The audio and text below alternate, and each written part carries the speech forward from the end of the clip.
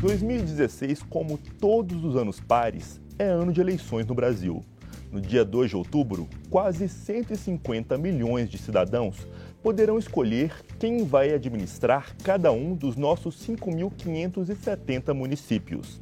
Será a nona eleição para prefeito e vereador desde a redemocratização do país. Mas as circunstâncias em que este pleito ocorrerá serão bem diferentes das que tivemos ao longo da última década. Paralisação da indústria e do comércio, alta do desemprego e desvalorização do real frente a outras moedas são alguns dos sintomas da grave crise econômica que o Brasil atravessa. Mas como será que esses fatores interferem no ânimo de eleitores e candidatos? Para tratar dessas e outras questões, a gente recebe hoje no Ponto de Vista o economista e cientista político José Matias Pereira, que é professor de Administração Pública na Universidade de Brasília. Professor, obrigado pela sua presença aqui no nosso programa. Bom, é uma satisfação estar aqui com vocês e eu acho que é um tema extremamente relevante para ser debatido. Professor, aparentemente a relação entre economia e eleições é muito mais próxima do que a gente pode imaginar a princípio, né? Bom, é importante que as pessoas entendam que economia e política, elas caminham junto. E se você tem essa conexão entre economia e política de maneira constante, consequentemente isso tem um efeito muito forte na questão das eleições. Então esse é um cenário que normalmente as pessoas devem estar atentos para ele.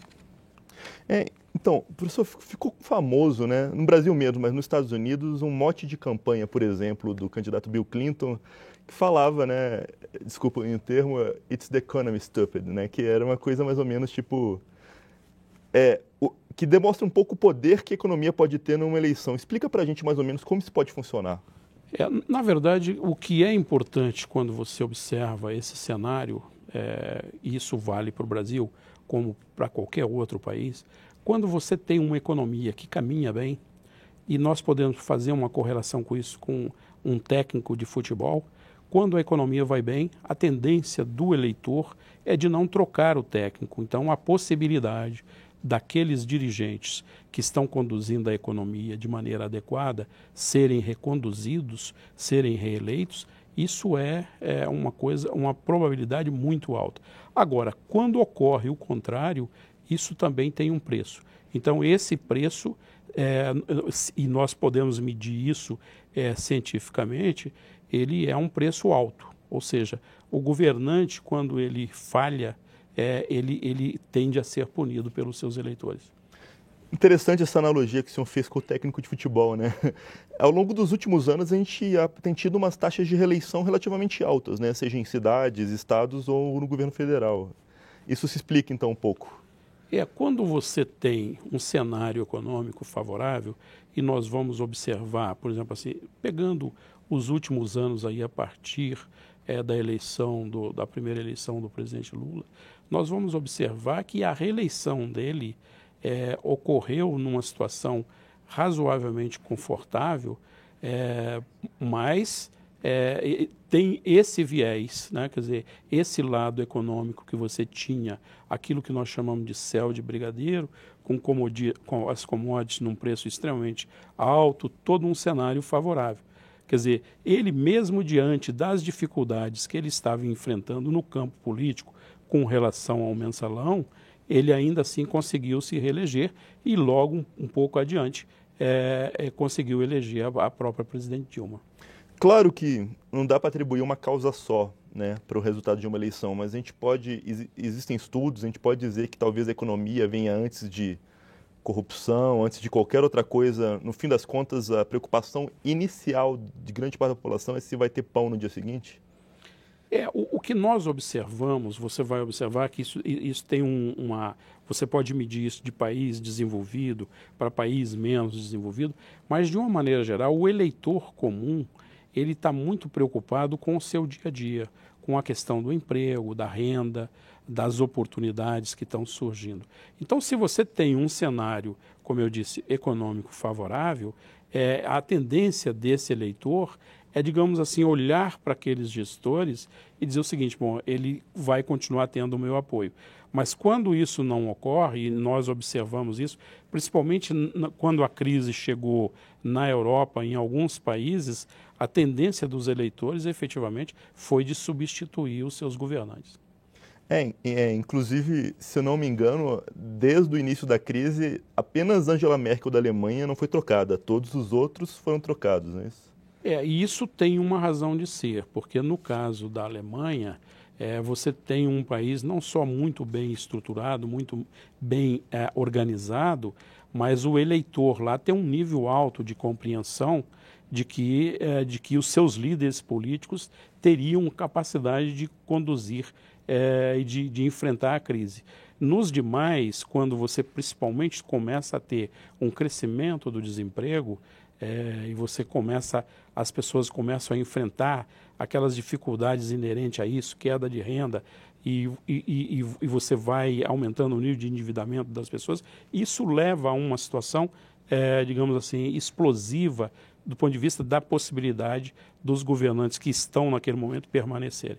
Isso, pelo jeito, professor, é independente de especialistas atribuírem ou não a culpa ao governo local, né? Por exemplo, no caso da crise de 2008, talvez os países, alguns, não tivessem culpa do que sofreram, como Portugal, que aparentemente fazia o dever de casa, mas ainda assim as consequências são sofridas pelos governos, né? Quando você tem uma crise da dimensão que foi a crise de 2008, 2009, e que ela começa nos Estados Unidos e depois ela se espalha, né, para os países europeus. E aí você pode citar o caso de Portugal, Espanha, Grécia, Itália. Todos esses países, de uma maneira geral, foram muito afetados.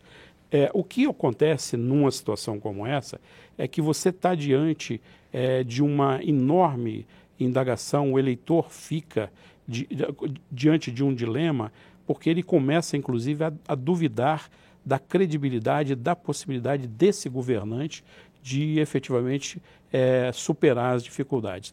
E nesse momento você tem a tendência de você mudar, de trocar. É preciso dizer que a própria chegada do Lula no poder na eleição de 2002 também esteve ligada a essa situação. Foi uma situação em que a economia brasileira entrou num processo, digamos assim, de enfraquecimento e se abriu essa janela para a população escolher um novo dirigente. O Brasil está passando por uma crise nesse momento, né? Em que medida o senhor considera essa crise também política?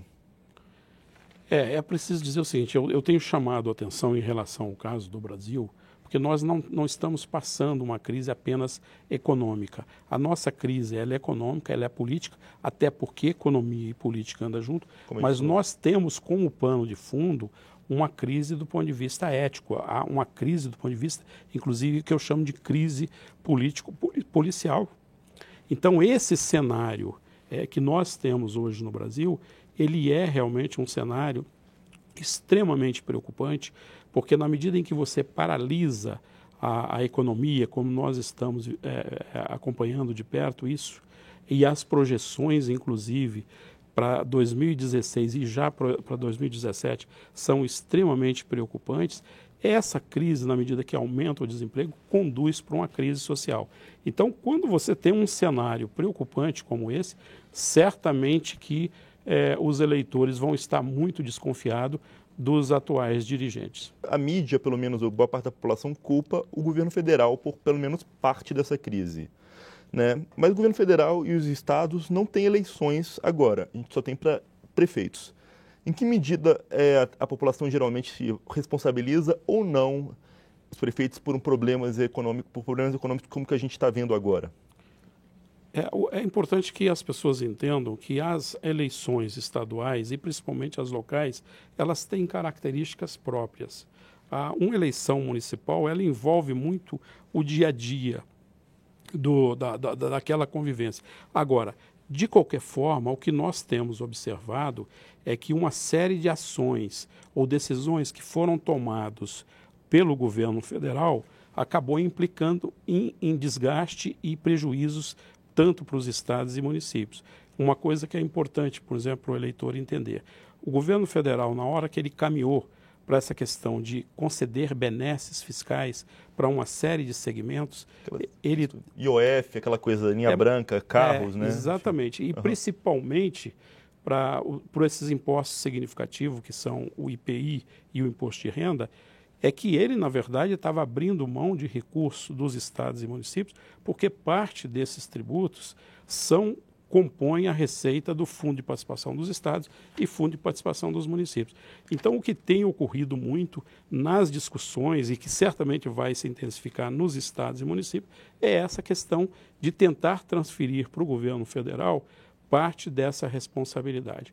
Agora, a crise em si, ela também tem um outro ganho, porque a crise em si está fazendo com que a consciência política do povo brasileiro aumente. As redes sociais, inclusive, têm ajudado muito isso.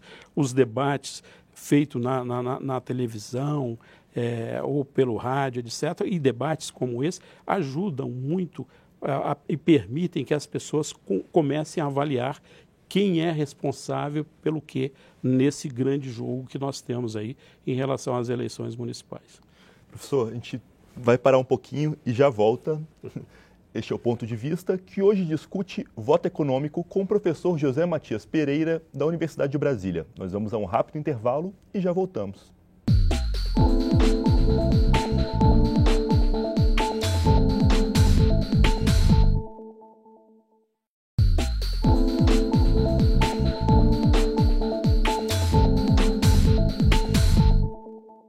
Estamos de volta com o Ponto de Vista, que hoje discute voto econômico com o professor José Matias Pereira, da Universidade de Brasília. Então, professor, a gente discutiu no primeiro bloco, né, mais ou menos, como as consequências que isso pode ter no Brasil. Vamos falar um pouco no resto do mundo. A impressão que a gente tem é que, pelo voto econômico, quando as pessoas experimentam uma crise, elas tendem a experimentar opções de candidatos ou partidos que elas não considerariam a princípio, né? Na verdade, toda a crise econômica e política, né, ela abre essa perspectiva de você abrir oportunidades para que novas ideias, muitas vezes novas legendas, é o caso do que ocorreu na Grécia, por exemplo, mesmo na Espanha, que leva a isso, né? Quer dizer, mas eu diria que esse fenômeno é um fenômeno interessante do ponto de vista da própria evolução de como fazer política. Porque muitas vezes você tem partidos que já estão extremamente sedimentados e que já não estão mais não tendo mais capacidade de resposta. Então, quando você verifica que, daí porque a diferença, quando nós falamos no caso da Alemanha, tá? Quer dizer, quando você tem partidos políticos muito bem estruturados e líderes competentes, você não corre esse risco. Agora, quando você tem partidos que já estão, digamos assim, bastante desgastados frente aos seus eleitores, você chega nessa situação em que abre essas novas janelas de oportunidade, principalmente para as novas ideias e novas legendas. O senhor citou o caso da Grécia, né, que eles tentaram um governo de esquerda, depois de direita, e depois foram para a extrema esquerda, que é o Syriza, né? A Espanha deixou de ser bipartidarista, né? Agora tem 4 partidos. Isso pode refletir um pouco no Brasil, se bem que só na eleição para presidente que o Brasil é meio que bipartidário, né? Nas outras, a gente tem... O que não falta é opção. Eu diria que o Brasil, depois da redemocratização, o sistema político brasileiro, ele vem dando demonstrações de que se exauriu. O sistema político brasileiro, na medida inclusive que ele tentou se preservar uma série de valores e de interesses, tanto interesses locais como regionais, levou a esse cenário. Então, hoje, eu diria para você que essa enorme quantidade de partidos políticos que nós temos, 30 e poucos partidos políticos, alguns, inclusive, já se pensando em criar mais. Isso, na verdade, não ajuda nesse sentido. Por quê? Porque você acaba tendo um processo extremamente pulverizado e que faz com que o sistema político como um todo ele perca a sua força. De qualquer maneira, eu diria que o Brasil é diferente, eu diria, desses exemplos que foram dados, até porque nós, no Brasil, temos que começar, inclusive, a refletir melhor, inclusive, a própria introdução do parlamentarismo, que é o que ocorre na maioria desses países que nós estamos citando.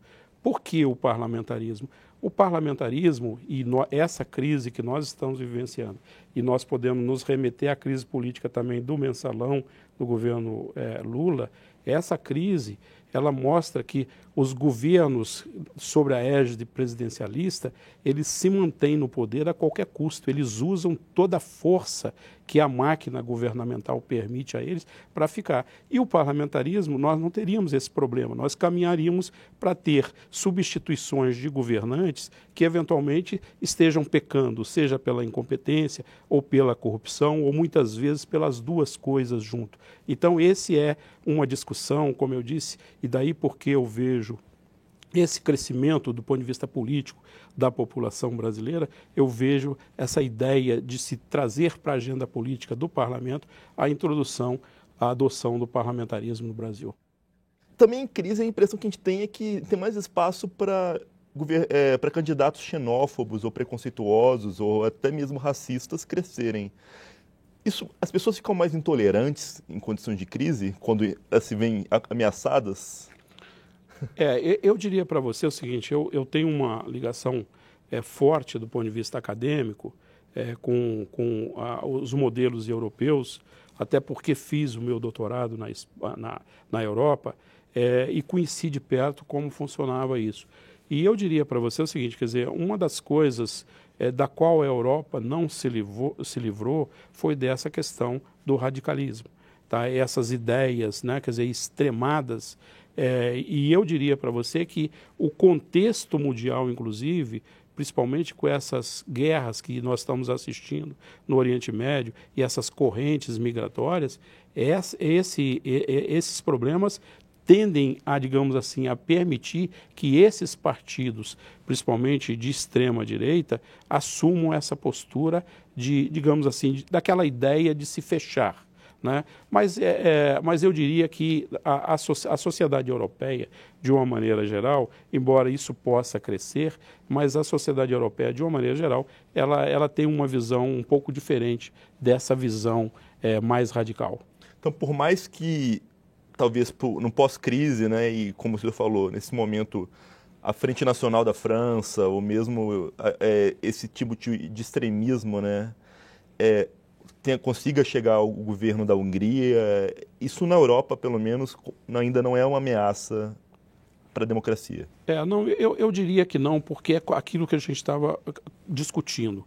Quando você tem sociedades educadas, sociedades com nível de consciência política elevada, e tem partidos fortes e líderes competentes, você consegue ir resolvendo esses problemas. A preocupação são exatamente nos países que você não tem essas características. Daí porque eu estava chamando a atenção em relação ao Brasil da importância da gente refundar o nosso sistema político e apoiado em partidos fortes, sólidos, e que se encontre grandes lideranças, porque o grande problema que nós estamos enfrentando nesse momento que nós estamos vivenciando é exatamente isso, é a ausência de partidos que tenha uma capacidade maior de aglutinar as forças políticas e a ausência de líderes que possam fazer essa transição que o Brasil precisa fazer.